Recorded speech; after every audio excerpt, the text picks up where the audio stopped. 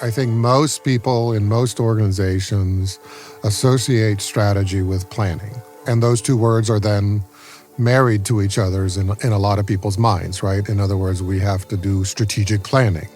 Do you have a strategy? Or do you just have a plan? Do you even know the difference? Planning is important, obviously. You need to do planning, but I don't think we should confuse planning with strategy.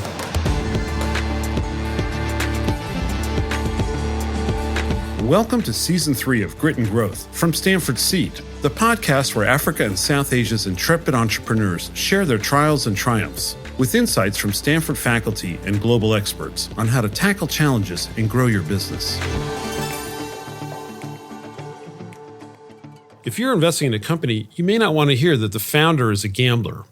You'd probably be even more worried if you found out that they were making big bets, ones that risked the future of the company. But when it comes to strategy, that might be the most responsible thing to do. In fact, the bets you make on strategy can be transformative to your products, your clients, even your culture. And that's exactly what happened with our guest today. What does strategy mean to you, the term? It meant a plan to me 10 years back. Today it means making choices. I'm Abhishek Rungta, founder and CEO of IndusNet Technologies. Now rebranded as INT, right? That's right, yeah. I started this business in 1997 when I was in college. I call IndusNet a 25-year-old startup. Paint the picture for me. What did INT look like 10 years ago? So 10 years back, INT was a company who was everything for everyone. So for us, what mattered was anyone who wants to come and give us a business to develop a mobile app or to develop a web application, and we would gladly go ahead and do it for them. And where were most of your customers? Oh, they were all over the world. So we were having customers in North America, the entire Europe, Australia, Southeast Asia, even India. We didn't have any focus. So for us, anyone who can send an email was a customer. Did you have a formal strategy? Like if I asked you, Abhishek, show me your strategy, did you have something written down? No. So it was like every now and then, let's say every quarter, I would scribble down something on piece of paper, just try to see where I am and what I want to do next. Most of the time, it was not well thought out. And to be honest, most of the time, it was retrofit. So I would do something. If it works, then I would actually start thinking what worked here. Why did I choose this? So a lot of these decisions were by gut feeling, not by real research or discussion within the organization or even within my own mind, to be honest. It may seem surprising that INT could run for years without a formal strategy. But Abhishek isn't alone. Plenty of founders don't have a defined strategy, or they think they do, but what they have isn't really a strategy at all. So we brought in someone who can set the record straight. Hi, my name is Jesper Sørensen. I'm a professor at the Graduate School of Business at Stanford University. And what do you teach at Stanford? Here at Stanford, I teach courses in strategy. Jesper is also co-author of the excellent book, Making Great Strategy, and the faculty director of the Stanford Seed program. There's really no one I'd rather talk to on this subject. So my first question to you is, what is a strategy and what isn't it? So that's a great question. I mean, strategy is one of these terms that is widely abused, right? And used to refer to any number of things. And so, when I think about what a strategy is, I think it's the logic of success for the organization. Like, how are we going to get the resources that we need in order to accomplish what it is we want to accomplish? What we're trying to articulate in the book is a view of strategy, that a strategy is an argument, right? We call it a strategy argument. And that when you do strategy, what you're doing is you're constructing this theory, right, about how causes lead to consequences. What's important here is the logic, not the logistics. Jesper says too many companies skip straight to details without doing the hard work of imagining how your company succeeds in an uncertain future. I think most people in most organizations associate strategy with planning. And those two words are then married to each other in a lot of people's minds, right? In other words, we have to do strategic planning. Planning is important, obviously. You need to do planning, but I don't think we should confuse planning with strategy. And Roger Martin, who's a writer, has talked about this as well. We like to focus on planning in organizations because planning is all about the things that we can control. But what Martin says, which I think is exactly right, is that strategy is really mostly about the things that you can't control. So it's about what are customers going to want? What are your competitors going to do? What is the regulator going to do? What are your suppliers going to do? Like those are all things that you don't have any control over per se. Like you can influence them, you can shape them, but it's not like you can sit and you can command them to do things the way you can in an organization usually. So strategy is about managing all this uncertainty. Planning feels so much safer than strategy, which is why many leaders fill their time with operations and micromanaging. I was a problem solver and I like to get deep into problems and find innovative solutions and give it to my team. So I used to absolutely love doing that. And that is what I used to do day in and day out. So I would get into meetings back to back, entire day, and listen to problems, check out data, and give feedback and give inputs. In fact, so much of that I didn't have time to even check if people have worked on those inputs or not. I totally know that feeling, right? I sometimes go there myself, and you like go into the meeting, like here's my brilliant thought. Let's move on this onward next meeting, right? It's a good feeling, right? It's easy, quick satisfaction. But to grow your business, you need a strategy. Abhishek found this out the hard way. What were the problems that you saw with your business, and what sort of triggered the idea that maybe you need to rethink your business model? So first thing is that between 2008 and 2012, I had lots of companies which came out of IndusNet. So it was very easy for someone to just move out of the company, take some clients and employees along with them, and start a new company. And, we would kind of keep suffering the blow one after another. You were not spinning these off. These were literally people walking away from you and taking some of your customers with them. Yes, absolutely. Not only customers, but also some of the key employees. As I said, that the immediate tendency of anyone at that point of time would be to blame the other person. Would say, how ungrateful. And I did the same. So I was no different. But I over a period of time, I realized that it is not about someone just being ungrateful. It is being about the company does not have a concrete strategy. So Abhishek needed a strategy, but as a small business, he faced some common challenges. Most small and medium-sized businesses are in head-to-head competition. After speaking with Abhishek, I decided to call Jesper back to get his thoughts on the specific challenges that smaller companies face in developing a growth strategy. The connection wasn't great, but the insights were. So when you're a small or medium-sized company, right, you have this problem oftentimes that you have very powerful suppliers and you have very powerful buyers, one or the other or both in the worst-case scenario. And there's usually not anything that you can do about it, right? Because those problems are usually about the supplier or the buyer being really big and you're really small and they have lots of alternatives to you and you don't have any alternatives to them. Oftentimes what they can do something about is competition, right? And they have lots of rivalry and they got to figure out, how do I win against competition? This really describes INT's situation. Competition is a very big reality in our industry because it's not a blue ocean business, it's a red ocean business. There are hundreds of IT companies, if not thousands, who are in the fray to get a business. So there's basically two different ways in which you can do that. You can do that by saying, okay, look, the customer's going to look at those chips on the shelf and they're not really going to care which one they choose because it's all the same to them. But the way I'm going to win is that I'm going to have a lower cost of producing and delivering those chips to the store than my rival is. And that's what we would call a low-cost strategy, right? So the customer benefit is the same, right? They're indifferent between the different products, but I incur a lower cost, and so therefore I have a higher potential margin. If Abhishek even had a strategy 10 years ago, this was it. Back then, INT was a low-cost provider. So our moat was, can you offer at the lowest possible price? But low-cost strategies have their downsides. We realized that we were serving the companies for whom it does not matter what size and what capability does the other company has. For them, the only thing that matters was that can the other company offer them a cheap service? So you didn't have product differentiation. You're trying to be the lowest cost provider. It turns out that anybody can be a low cost provider. Yes. So your own staff saw opportunities. Well, if Abhishek can do this with INT, I can do this with my own company because it's not that hard. And the customer doesn't actually care who's doing this in the back end as long as they're delivering, a working product at a low price.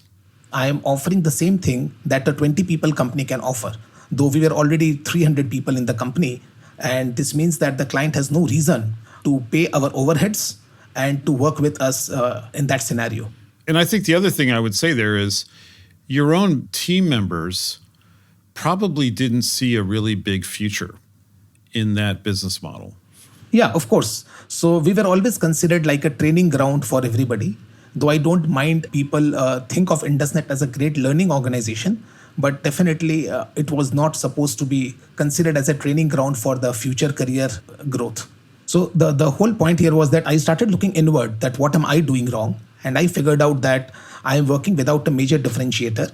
I am working without a very well-defined culture in the company. Strategy affects everybody in your organization. If your people don't see a compelling vision, why would they stay? And if your product isn't differentiated, anybody can replicate it. And you might find, as Abhishek did, that you're training people for the street.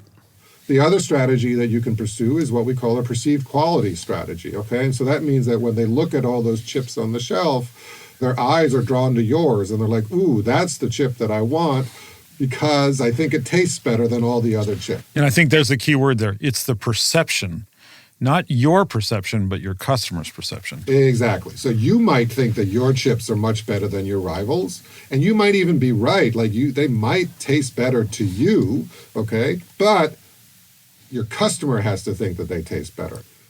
INT was struggling with a low-cost approach.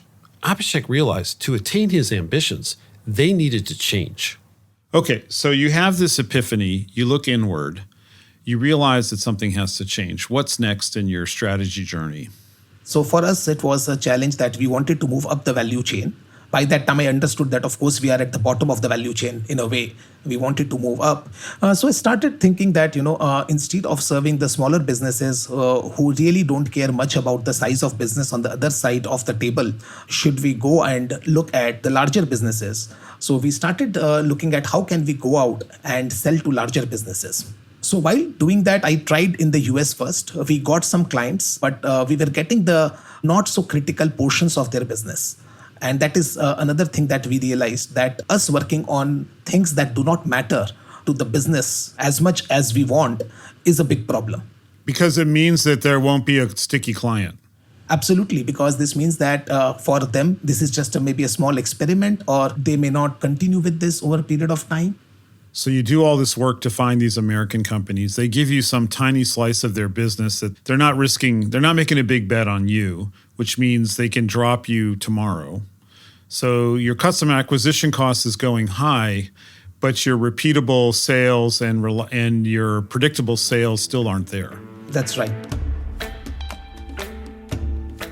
INT still wasn't getting anywhere, even as they reached larger customers overseas. And that's because their strategies didn't account for how those customers would behave. They didn't account for lower cost entrance into their market, or how larger clients would view their partnership. Those things weren't up to Abhishek, but they still radically affected his business. So how do you strategize around those things that are beyond your control? That's why you have to think about strategy really is about an argument, because an argument is all about making assumptions, right? Like assumptions about how the uncertainty is going to resolve itself so that you're going to be able to accomplish your goals. So once you have clarity about like, okay, I'm going to assume that these are the things that are going to happen if I do the following things, then you say, okay, now I need to plan consistent with that set of assumptions, right? So I said, okay, if I build a really big manufacturing facility and invest in, that kind of scale, I think that the following good things will happen to my cost structure, to my market share, to all these other kinds of things. Great. Now you have to plan to make that happen. Is there anything a leader can do to make their strategy more future-proof today? The concept future-proof is funny because the challenge, of course, is you don't know what you don't know, and you don't know what the future is going to hold. So I think the way you make a strategy more future-proof in that sense is to be as clear as possible with yourself about what assumptions you are making and be vigilant about changes in the truth of those assumptions. And second, to be aware of the fact that you're probably making a set of implicit assumptions that you're not aware of, and pay attention, right, to be able to discover what those are. Assumptions are key to strategy. They're essentially bets. educated guesses about what the future holds. And you're already making them, you just might not know it. I think one of the pieces of that really came out to me is by forcing people to give a logical and coherent argument for why they believe this course of action will lead to that outcome, is it makes implicit, unstated assumptions explicit, right? And then you can have a debate about whether the logic holds, whether the assumptions themselves are actually strong or weak or biased. The actual quote in your book is, implicit assumptions are most dangerous for strategic decisions, where the implicit premise will often be non-obvious but controversial. The reason we emphasize trying to be very clear with yourself about what you're assuming is that you want to know what bets you're making. And the greater the bet, the greater the potential reward. One of the things I really found fascinating in the book is that a forward-looking strategy that only has safe assumptions is not actually going to get you anywhere, right? You have to be willing to take some bets. I found that really interesting, that if your strategy is predicated on safe and comfortable assumptions, it's probably not going to be a very earth-shattering strategy. It's going to be an incremental strategy. After several false starts, Abhishek constructed a more complete strategic argument, one based on clear assumptions. Can you describe for me, what are the big bets you're making in this strategy? What has to be true for your strategy to succeed? A few things that are the foundation of our strategy is, number one is clients want things to be delivered faster, not cheaper. Sorry, say more about that. So they're more interested in getting stuff fast rather than cheap. So that was your big aha moment. What did that mean on your side in terms of investment in the company, in skills, technology? Yeah, so we started building what we call code accelerators. Now, just to decipher it for you, these are a set of codes that we keep ready. This means they are our building blocks, a lot of things which are already built in, and then we can keep putting it together like Lego blocks to build any software. This enables us to reduce our time to develop and cost to develop by almost 35 to 40%. So this helped us in moving faster. Notice here how the assumption drives the action. The bet that Abhishek made, that his target customers would value speed over price, came first. The code accelerators were a means of achieving that strategy. The second thesis that we have is that regulated businesses will continue to invest in their applications, and they have to continue to invest in the maintenance of those applications because they are regulated, and they have to spend and continue to spend on not only new applications and new changes, but also the older applications and older systems, because as regulation changes, they have to adapt to the regulation. So if you see, all the three industries we chose are highly regulated industries: insurance, banking, and pharmaceutical businesses or life sciences. So they become stickier customers because the regulatory risk and potential costs to find a new provider, to drop IndusNet and find somebody else, it's higher for them as well. Absolutely. And instead of just high, it's more risky. I think they are all risk-averse businesses. They don't want to risk moving to just another provider or just bring someone else to manage the system that has been built ground up by some other company. This approach doesn't just affect your products, it can help define your organizational structure. And we have also designed our organization in a way which is verticalized. This means a complete vertical in an organization just focuses on insurance, another vertical focuses on banking, and the third vertical focuses on life sciences. That is how we have also designed the org. Sometimes strategy requires that you close certain doors so you can focus on your big bets with less distraction. So prior to this strategic focus in these verticals and your restructuring, you were taking whatever business showed up. So when you made this shift, you had to make some choices, right? You had to give up a bunch of business, right? Oh yeah, many. Obviously, our prices went up. So some businesses themselves dropped out who were very price conscious. Abhishek's strategic assumptions have led to investments in areas he never anticipated. So the last but not the least is that the world will keep changing very, very fast. And if we have to stay afloat, we have to stay at the cutting edge of the business. And for that, even if we are a IT service company, we need to have a very strong R&D center, which we never had before. So we created an R&D center inside the company, which basically continues to churn out innovation on cutting edge technology, which is not yet adopted by companies. So this also gives companies a comfort that IndusNet would always be at the cutting edge. They can bring the most important and most useful innovations on the table, and that will help us. So Abhishek, these are really dramatic changes you're describing. I mean, you're going from the low-cost service provider, taking whatever business you can find, whatever comes across the transom, to someone who's investing in your own technology stack, in your own IP, your building blocks, your accelerator process, and now your R&D center. I mean, that is a real maturity of the company. I like how you describe it as a 25-year startup, because I see like it's really a different company from even 10 years ago.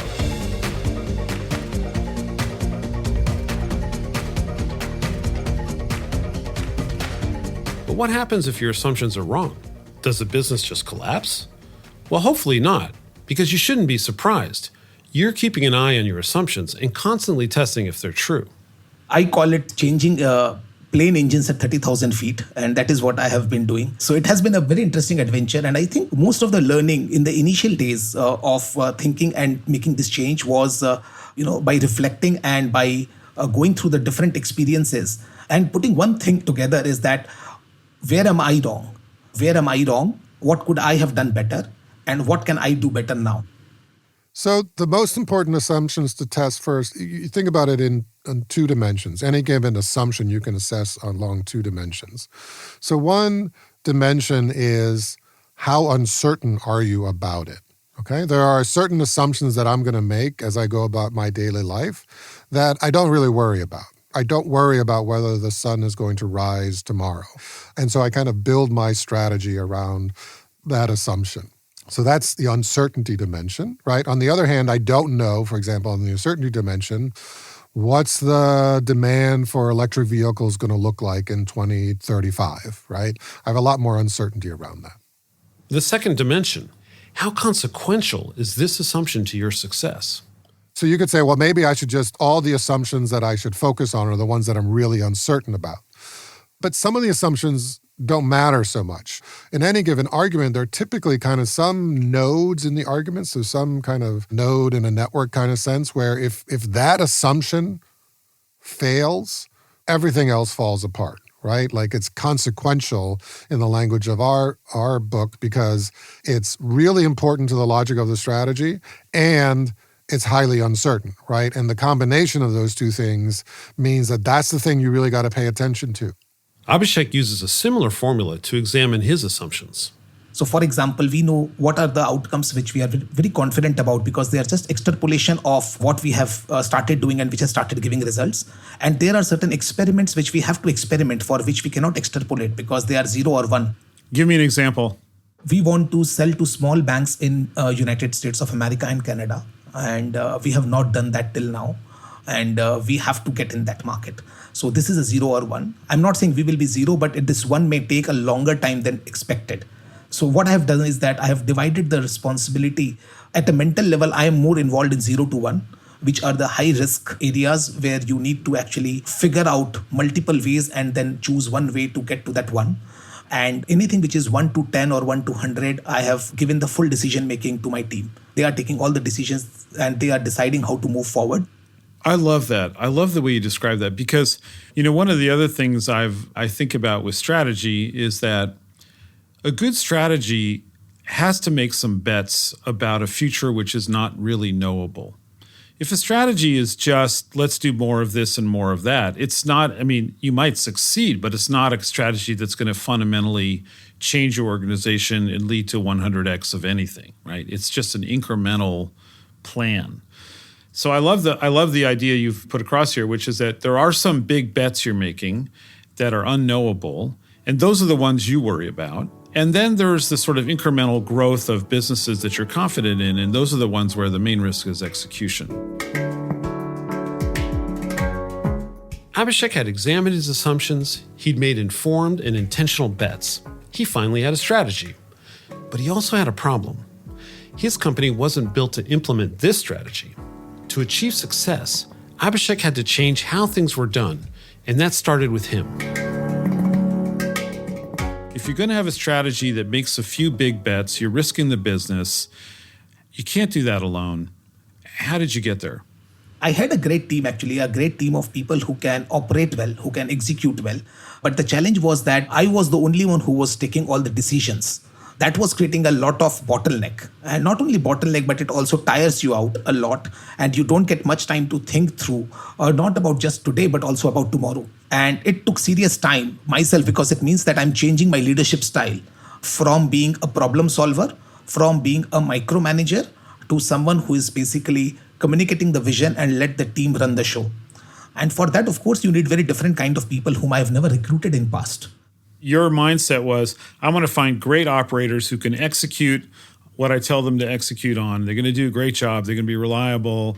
I don't want to oversimplify it, but they're kind of like worker bees, right? You give them a task, off they go, they do it, they're reliable. You needed somebody who was actually going to challenge you or contribute to the strategic vision. You are right, but we were more looking at people who have been there, done that. And over time, I realized that people who have been there, done that may have a lot of experience. And at times, the big challenge with such people is that they generally go back into their experience and they try to find solution for everything from that experience. And in the way the world is changing today, that experience can be a big liability, because they may bring an outdated solution to a new problem. So we then started looking at people who have a lot of different kinds of experience and who can actually think for themselves using first principle thinking. So we started looking out and we started interviewing. And that is where my big realization came that since I have not hired such people and have not interviewed such people at that scale in past, this was itself a huge learning curve for me. Because the kind of attributes I was looking for was not necessarily suitable for such people to come and make an impact in the company. So we went through a process in which we all kept observing all the people that were already inside the company to see how different people react and how different people behave. And from there, we identified 2 leaders from within the company who can be molded to become the senior management people, whom we felt that they can take their decisions on themselves and they will not necessarily fall back on me all the time. So the first thing that we did was to promote these 2 people in senior management. It's so interesting because it really is the fundamental nature of a human capital strategy is, does the team you have today, are they the right people to take the company where you want it to go? And you realize that actually they weren't, although some of them might be there within your company, but they'd never been given the opportunity to actually express their other skills, right? You never asked them, you never gave them an opportunity to actually be a leader. And on the other hand, a company that's moving in a fast-changing environment, you need people who aren't anchored to the past. It's really a human capital strategy. Organization change cannot happen without people change, and people change cannot happen without a leader change. I think the first I had to change myself to a level where I said, okay, should I drive the business by activity or should I drive by culture? And that is where I chose culture, because culture is what will give us a long-term competitive advantage, because it will continue to keep changing the tasks that we want to do and people will themselves discover. So for example, the whole building block concept that I'm talking about, the accelerator we are talking about, this idea hasn't come from me. I was not even involved in it. One of the 2 people which we promoted internally, he came up with that idea that, I want to create this framework, because without creating this framework, I cannot break the silos in the company. So all these ideas are coming from the same leaders that we have promoted and we have put on the pedestal. And I think they are living up to that. Strategy is not executed in a vacuum. For a meaningful pivot, you'll probably need to reevaluate your talent pool, your organizational design, even your culture. Because what got you here isn't necessarily what will get you there. The changes at INT go beyond surface-level strategy, and as a result, they're separating from the pack. So the way I look at it is not neither the cost strategy nor the sales strategy. The way I look at it is that what can I do which my competition will find it extremely difficult to replicate? And when I look at that, I find 3 major elements which I find that my competition will find it extremely difficult to replicate. One is speed. As a company where we have a delegated decision making to the last man in the organization and where we can move fast. And as an organization, as I said, we have divided the verticals in smaller chunks. This means every division can take their own decisions. So the organization looks big, but each division is small and agile, so they can move very fast. The second thing is that the larger organizations cannot deliver high level of flexibility in their modes of engagement. The flexibility is the second thing. So we call ourselves fast, flexible, and the last one is future focused. So for example, when we talk about blockchain, many large organizations want to do it, but they are not proposing or they're not taking the risk of bringing blockchain capabilities to the clients right now. But we have said, okay, this is the risk we are ready to take. we will take the most cutting edge technology and we will start consulting and do proof of concepts with the client. And where it is applicable and it works, we will continue to scale it with our clients. What I find so fascinating about your answer is I thought you were going to say that it's your technology stack and your accelerator program and you're building your Lego blocks of code, but actually what you said was it's your organization and culture that's your key differentiator, because it's fine to have all those things, but if your product teams don't have delegated authority to go out and make decisions, to innovate, if they don't know how to talk to a client and give them an answer on their own without checking back with Abhishek every time, then you're not going to actually fulfill that key differentiator. So it's actually more about the culture in the organization. I mean, the technology is important, obviously. You have brilliant young software engineers, but what I heard was actually your organizational design and your culture are absolutely key to your product differentiation. All along, we've been talking about, let's focus on these verticals, let's build this technology, let's have R&D, but underneath all of this is, let's operate as a different type of organization. And that's how we win. A meaningful strategy places bets on things you can't control: your clients, your competition, your future. These things aren't knowable, and it may seem safer to avoid making such bets, but you can have a point of view built on coherent, explicit assumptions, and you know which ones have to be true to succeed, and you know how to test them. I don't think there's any kind of pill you can take that will guarantee your success against all the changes that might happen in the future, but what you can do is you can say, okay, when a change comes in, I can then think about, well, does this impact the logic of my strategy or not? And I think that's actually the other aspect of future-proof that we maybe underestimate, which is I think a lot of companies spend too much time reacting to things that they don't need to react to because they hear all the hype about, crypto or, something else, right? And then it turns out, 6 months later, nobody's talking about it anymore because they moved on to the next thing. And you just redirected your whole company to do this, right? It will take risks to grow your business, but you've already bet on yourself once because it's a risk to even start a business, and you can do it again. In a world where many companies don't actually understand strategy, it can be a huge differentiator. A well-considered strategy can and should shape elements of your business, including your human capital, your organizational structure, and your culture. Those bets pay off. Just ask Abhishek. We have set the ground for massive growth. And if I also see the growth in the accounts that we got in last few years, they have actually grown a lot, right? We have just been held back just because the churn that we have been managing, because we were also letting go a lot of smaller businesses. But I think now that churn is over, the upside should be much bigger. So we should at least grow at 30-35% per annum minimum. The more you describe it, the more impressed I am with what a big pivot this is. Because you're talking about new products, new customer segment, and new markets geographically. You're betting the farm on these three big changes. That's why I said we are changing the engines at 30,000 feet. And hopefully we are changing it without losing altitude. I want to thank Abhishek Rungta and Jesper Sørensen. As I said before, you can't just have one conversation with Jesper, so you'll be hearing more from him later this season.